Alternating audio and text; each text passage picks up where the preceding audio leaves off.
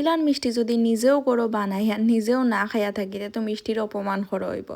আর ইলা চিকেন চাপ হুটকি শিরা লতা ও মাই গো মাই করো যদি ইটা রান্দা হয় যত ডায়েটও থাকি না এখানে খাইতে ইচ্ছে হইব।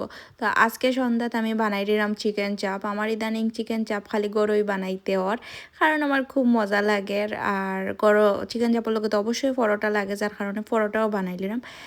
আসলে কিতা করা, বাংলাদেশ থাকলে তার জীবনেও গরো বানাইলাম না, অত সুন্দর সুন্দর রেস্টুরেন্ট থাকতে কেউ গরো বানায়।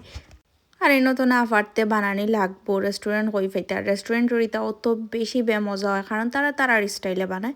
আর আমরা বাংলাদেশি মানুষ তো বাংলাদেশি স্টাইলেরটাই বেশি খাইমো, যার কারণে আমি আমার মতো কইরা গরুই বানাই। আর চিকেন চাপের লগে লই লিছি শশা, সপ্তাহের লগেও হেলদি খাওয়া লাগে, মনে হয় যে নিজের মনের শান্তির লাগে লইছি শশা, যাতে করে একটু মনে হয় যে হেলদি ফুড খাইলাম। আর চিকেন চাপ আমার এত এত ভাল লাগে, ইদানিং আমি এখানে যে বাসা তত বানাইলাম, যদিও তেল খুব কম দিলাম, কিন্তু পরোটাটা কিন্তু তেল আলা হয়ে গেছে। সমস্যা নাই, এটা শশা মিশাই মিশাই খাইলে অত বেশি মোটা হওয়ার চান্স নাই, যেহেতু ইদানিং খালি খাইতেও আছি। আর মোটা তো আসলে ওই যেরাম কিতা করার, এত বেশি মজার মজার গরর রান্ধি, চিন্তা করলাম রান্দা বাড়াও বাদ দিলাইতাম। আমার আতর রান্দা ইদানিং আমারই এত বেশি প্রশংসার যোগ্য, মানে একজনের রান্দা অত মজা হয় কিলা। তো আগে বেশি হইতো না, আজকে আবার হুটকি শিরা বয়াইছে আর লতা বয়াইছে।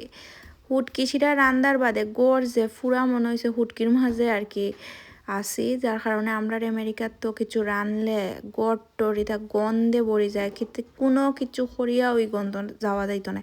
এর মধ্যে যদি রান্ধি হুটকি শিরা, সন্ধ্যার নাস্তা বানাইয়া ঠিক করছি যে আর কিছু খাইতাম নাই, কিন্তু ইলা মজার হুটকি শিরা আর লতা যদি গড় থাকে, আসলে না খাইয়া জীবনেও থাকা সম্ভব না, কারণ গন্ধে মানে খাওয়া অর্ধেক হয়ে যায়, যার কারণে খাওয়া লাগবে। এরপরে আমি বয়াইরাম আজকে কাবাব।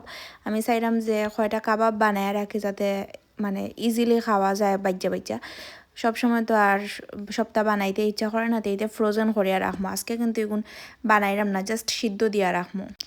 এগুন সিদ্ধ বয়ালিছি, এগুন সিদ্ধ হইতে মোটামুটি একটু সময় লাগবে। এর মধ্যে দেখি আমার ফুরির অবস্থা, আল্লাহ গো আল্লাহ, তাইর যন্ত্রণায় মানে গড়ও কিছু গুছায় রাখা জীবনেও সম্ভব নয়।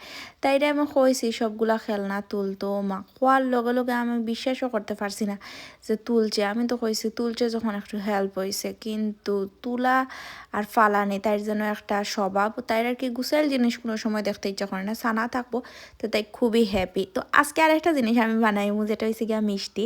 তো গরো তো মিষ্টি আমার হাজব্যান্ডে খাইতে চায়, আর আমার এত মিষ্টি ওয়ার্ল্ড ফেমাস আমার লাগে, তার কারণে আমি এত সুন্দর করে মিষ্টি বানাইতে পারি। মিষ্টির একটা দোকান দিলে খুব ভালো বিজনেস করতে পারলাম মনে, কিন্তু না সপ্তাহে আমি দোকান দিতাম না, এটা আমার অনলি আমার গড়ের লাগে, আমার হাজব্যান্ড আমি আর আমার যারা ফেভারিট পার্সন আছে তারার লাগেও। নেক্সট ভিডিওতে আবার দেখাইবো।